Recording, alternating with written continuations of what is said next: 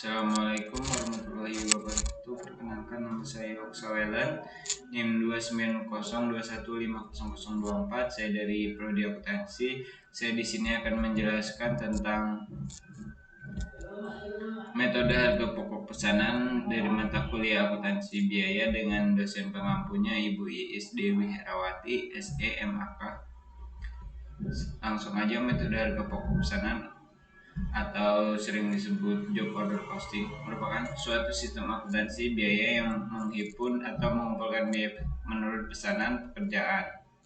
Metode harga pesanan banyak digunakan dalam industri konstruksi, percetakan, mebel, pembuatan kapal, pesawat terbang, dan perusahaan bidang jasa seperti perbaikan dan perawatan kendaraan otomotif, konsultasi manajemen, dan proyek penelitian.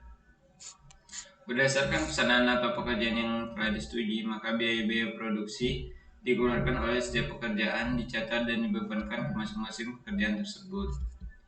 Selanjutnya ada tujuan job order costing.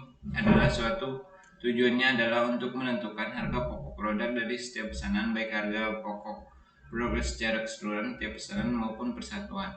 Contohnya, ini ada PT Garmen di bidang produksi jilbab berdasarkan pesanannya pada tanggal 1 Oktober memperoleh pesanan dari PT ABC untuk memproduksi 5.000 unit.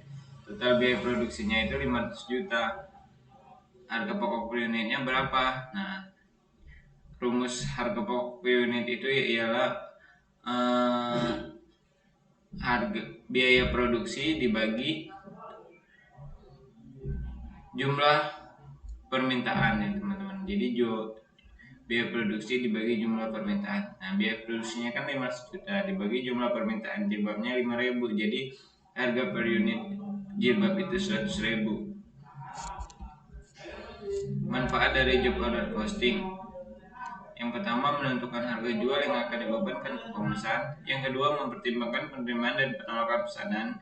Yang ketiga, memantau realisasi biaya produksi. Yang keempat, menghitung laba rugi tiap pesanan. Yang kelima, menentukan harga pokok persediaan produk jadi dan produk proses yang disajikan dalam neraca. Selanjutnya, karakteristik dari job order costing. Karakteristik produk produksi. Yang pertama, sifat produksi putus. Yang kedua, tujuan produksi untuk memenuhi pesanan. Yang ketiga, bentuk produksi sesuai dengan spesifikasi pesanan. Yang keempat, berdasarkan produksi dasar order. Yang kedua ada karakteristik himpun biaya. Biaya produksi meliputi biaya bahan baku, biaya tenaga kerja langsung, biaya overhead pabrik dikumpulkan secara individual untuk tiap-tiap pesanan.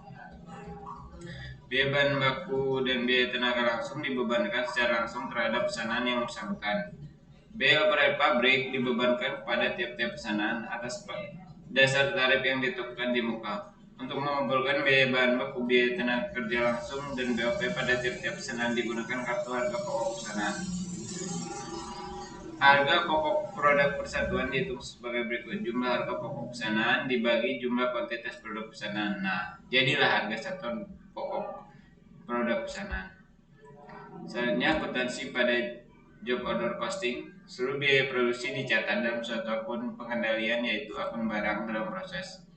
Proses ini biasanya berasal dari pemakaian BWL, pendistribusian, dan pengalokasian BTKL ke setiap pesanan yang bersangkutan. Yang pertama ada biaya bahan baku. Biaya bahan baku itu meliputi pembelian, penerimaan, penjualan, dan pemakaian dari bahan baku itu sendiri.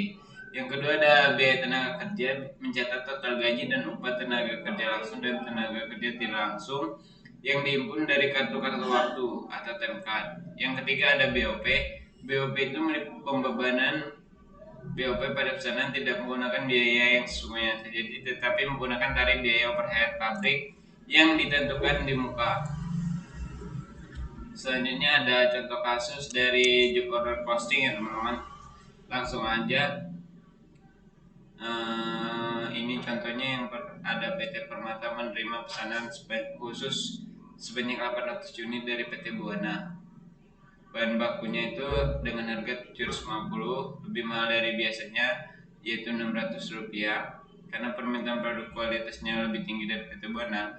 Apabila terjadi kerusakan normal akan dibebankan kepada pesanan ini. Biaya tenaga kerja langsungnya itu Rp400. BOP-nya itu 120% dari biaya TKL atau Rp450. Berdasarkan uji coba dilakukan PT Permata, 10 unit yang dihasilkan 8 unit oke dan 2 unit tidak oke. Dengan demikian untuk memenuhi 800 unit itu diperlukan biaya produksi 1000 unit. Berikut ini biaya produksi 1000 unitnya. Bahan baku langsung itu biaya per unitnya kan 750. Jadi kalau mau 1000 unit jadi 750.000. TKL-nya sama 400 jadi 400.000 total biayanya. BOP-nya total biaya 450.000 jadi biaya per unit 450. Jadi total biaya keseluruhan untuk 1000 unit itu 1.600, 1.600.000. Jadi biaya per unitnya 1.600, biaya per unit produk ya teman-teman itu. Terdapat barang yang rusak ini disebabkan oleh kerugian yang normal. Barang yang rusak diperkirakan masih dapat dijual dengan harga 400 per unit. Jadi barang yang rusak 400 per unit, barang yang oke 1.600 per unit. Air jurnal untuk mencatat biaya yang dikeluarkan mengerjakan ini pertanyaannya. Yang pertama, bikin air jurnal untuk mencatat biaya yang dikeluarkan untuk mengerjakan pesanan PT Buana. Yang kedua, bikin jurnal biaya dari barang yang rusak yang dibebankan pesanan tersebut. Langsung aja ya teman-teman.